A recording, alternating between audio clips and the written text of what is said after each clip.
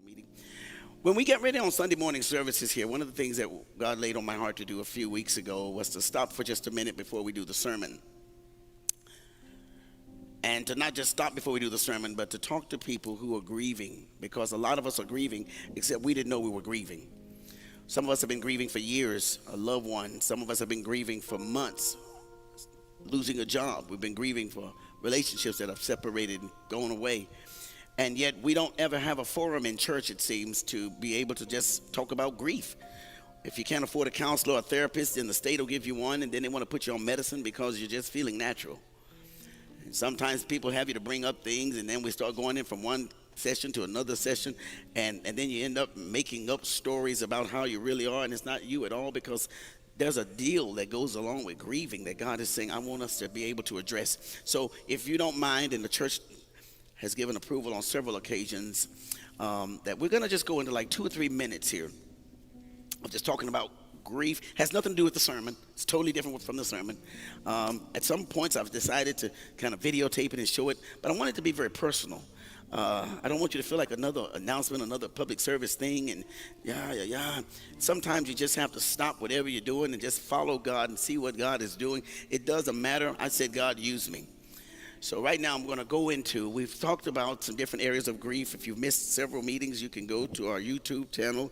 There's a session there called Good Grief with Pastor Rickie Rush. It's called Good Grief. And you will know someone that's grieving, or you yourself could be grieving, or somebody's going to come to you in a few weeks and say, man, I'm having a hard time. You didn't even know they were grieving. My cousin, my dad, my uncle, my family, my friends, and you'll be able to look at some of these notes and help them get through. You understand that? You're going to help somebody get through. In other words, God's gonna need to use your voice, okay? So we've talked about before, weeks past, on how to help children get through grief. And started last week on talking about some reflections for the first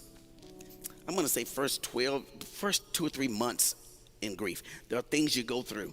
Now, I'm not here to challenge anybody's internet, anybody's psychological degree. I'm not a licensed counselor, psychotherapist, or any of that stuff.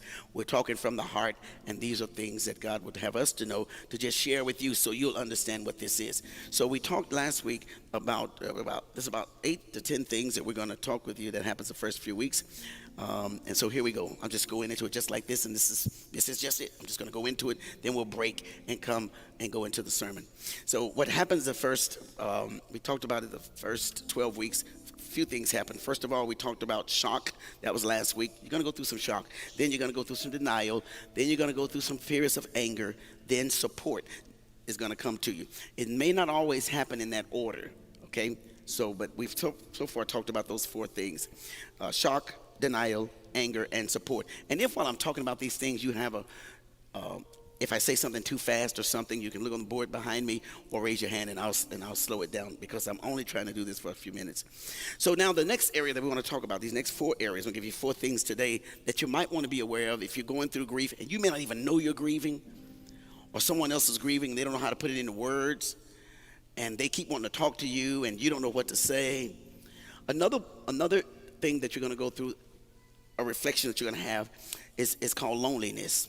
When you're going through grief, you're going to experience loneliness. I'm going to talk about that just a second here. And even though lots of people are kind of going to be around you, and a lot of people are trying to console you, at this point, a lot of people are trying to still talk to you. This is the one test in life that you're going to have to pass all by yourself. Loneliness is what you got to do all by yourself. And I don't ever try to stand here and sugarcoat any of it. You got to realize why loneliness is so difficult, because no one ever had the same kind of relationship that you had with that person. No one. The relationship you had with that person is totally unique and totally different. Nobody else is going to grieve exactly as you do. That was your cousin, that was your sister, that was your brother, that was your spouse. Nobody else's niece or nephew. Even though there were other uncles, you had your own relationship with that person. So you're going to grieve that way. And then realizing that the natural loneliness of grief can help you, you got to recognize that being alone with it's okay. It's going to help you a little. But you have to be as nice as you can to people who are trying to help you. Because there are some people that are really trying to help you, and you're going to have to be nice to them. And you'll be thankful later on that you don't explode every time someone says something to you while you're going through loneliness. Sometimes people will say, I know just how you feel. They don't. They don't. But there's no explaining to them that they don't understand, because they don't understand that relationship you had with them. So loneliness is one of the things you'll go through. So if you're experiencing that, okay, you're okay. You're okay. Another one is going to be the loss of desire.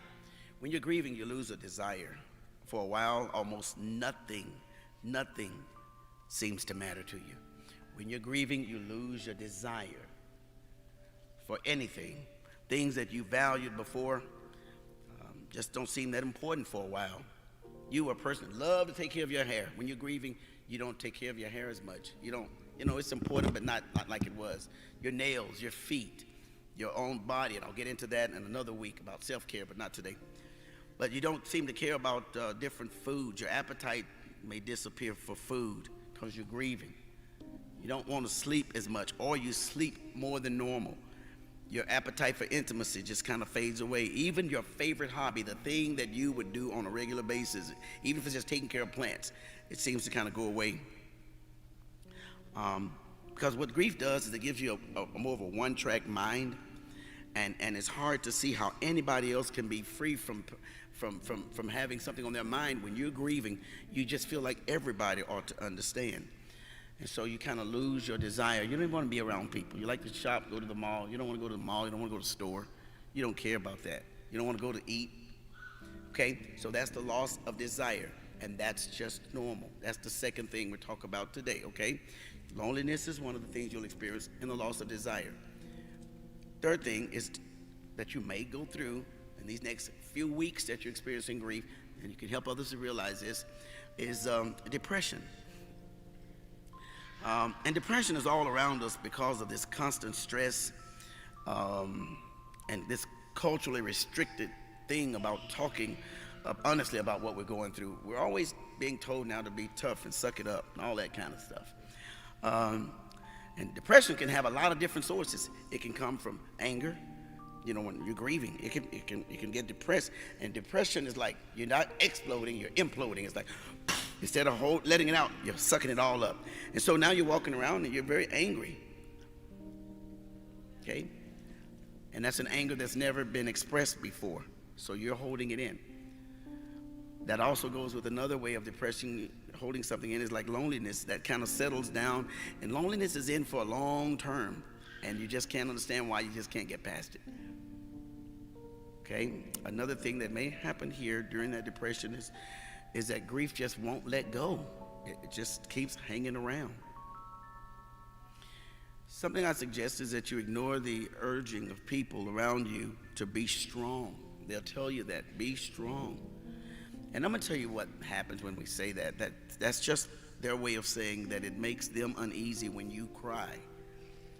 And so if you can't be strong, it's okay. That's absolutely normal. So that's loneliness you're going to deal with, loss of a desire you're going to deal with, and depression will set in while you're grieving. Another one, and the last one that I want to talk about this morning, is called confusion. When someone dies unexpectedly, you get very confused. You sometimes don't know what you did or what someone else could have done. And now all of a sudden your life is kind of like really going in a lot of different directions. And you need to let people do things for you during this time, because your mind is going to be, and I want you to remember these words, your mind is going to be sometimes temporarily shut down. When you're going through grief, sometimes your mind is just temporarily shut down. So someone may say, can I wash those clothes for you? Can I help you with those things? I can do this for myself, but you keep forgetting it. Little bitty things, you're on your job especially, you're really missing a lot of cues, and a lot of people being very patient with you because they know maybe that there's some stress that you're going under, and they won't always bring it to your attention, but there's like a little record of things that you're kind of missing behind, Your mind is just temporarily shut down, and it can be for a long time. Okay? So when people really suggest that they help you with something, maybe you think twice about it and let them help you. People will guide you gently through funeral events, all the stuff that deals with the funeral, but be careful when you try to resume and get back into your normal activities, because they're not there to guide you through that now. The funeral and all those arrangements for months ago, or even if it was a couple of years ago, that stuff was good. Everybody was there. Now you're trying to get back into the mainstream, and it's not happening. Your mind is not likely to return to work as soon as you are. You're back on the job, but your mind is still back on your loved one or that person or that thing that happened. And you're not as okay as you try to act like you are. Don't be surprised if you find yourself lost in your own neighborhood. You forget, why am I at the store? Where did I put my keys? I can't remember somebody's phone number or a name that was very important. Things that you've been used to doing for years. Shutting off your car when you get out of the car. Going in, leaving a door open. Just short-term things. You're not going crazy. You're just confused. And you're confused for a good reason. You're confused because you loved, and now you're in love with something or someone you'll never see. Sounds crazy to some people, but it's perfectly normal for those of you who are going through grief. And when you go through grief, there are some things that we just wanted to take the time and explain to you that God wants his children to know about. He loves you enough to say, I'll be your comfort, and I'll be your company keeper. I'll be your psychiatrist. I'll be your therapist. But I want you to know that sometimes I have to say things out loud so that other people will know that he has his hand on you. So that's our little session this morning on grief. And I just hope that as you keep going to our little sessions on it, it'll bless you. It's not always a good thing to talk about, but, it is very necessary.